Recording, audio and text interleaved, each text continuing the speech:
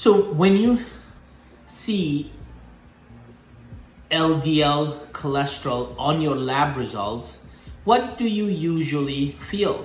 Probably concern. After all, for decades, LDL was labeled the bad cholesterol. But let's slow down and decode what LDL really is. LDL stands for low density lipoprotein. It's not cholesterol itself.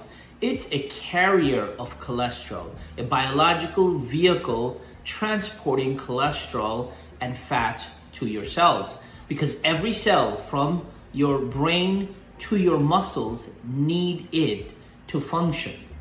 Without LDL, your body would literally struggle to repair cells, make hormones, and build membranes. So if LDL has a job, what turns it from helper to hazard? It's the number and quality of LDL particle that matters the most, not the amount of cholesterol they carry. Here's why. Because each LDL particle, no matter how much cholesterol it holds, can interact with your artery wall. The more particles circulating, the higher the odds that one will crash into that lining.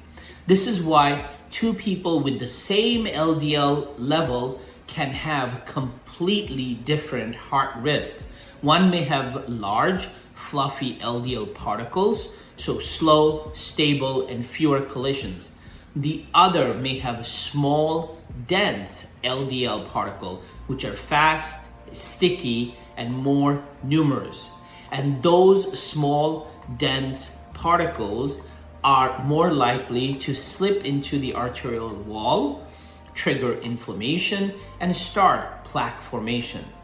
So let's go back to our highway metaphor. Big, well-driven trucks, smooth delivery. Tiny, aggressive trucks weaving through traffic, chaos, and crashes. That's what small, dense LDL particles do. They're harder to track, more likely to cause damage, and take longer to clear from your bloodstream.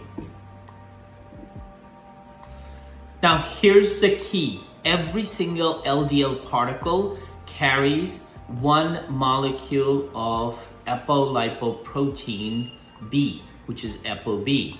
That means ApoB acts like a unique fingerprint for every atherogenic plaque-forming particle. When you measure ApoB, you're not guessing anymore. You are counting, literally counting the number of potentially dangerous lipoprotein circulating in your bloodstream. This includes LDL, VLDL, IDL, and LP(a), all the delivery trucks that can contribute to plaque buildup. So ApoB isn't just a lab marker, it's a window into how many trucks are truly crowding your arteries. Here's where the old cholesterol test falls short. You could have an LDL cholesterol level of 100 and think that's fine. But if your ApoB count is high, say 120 milligram per deciliter, that means you have too many particles on the road. Even if each one is lightly loaded with cholesterol, that is why ApoB predict heart disease more accurately than LDL cholesterol ever could. Studies have shown that ApoB levels correlate directly with cardiovascular events, even when LDL appears normal. That's the silent danger hiding behind good lab number. Over the last 40 years, science evolved. First, we measured total cholesterol.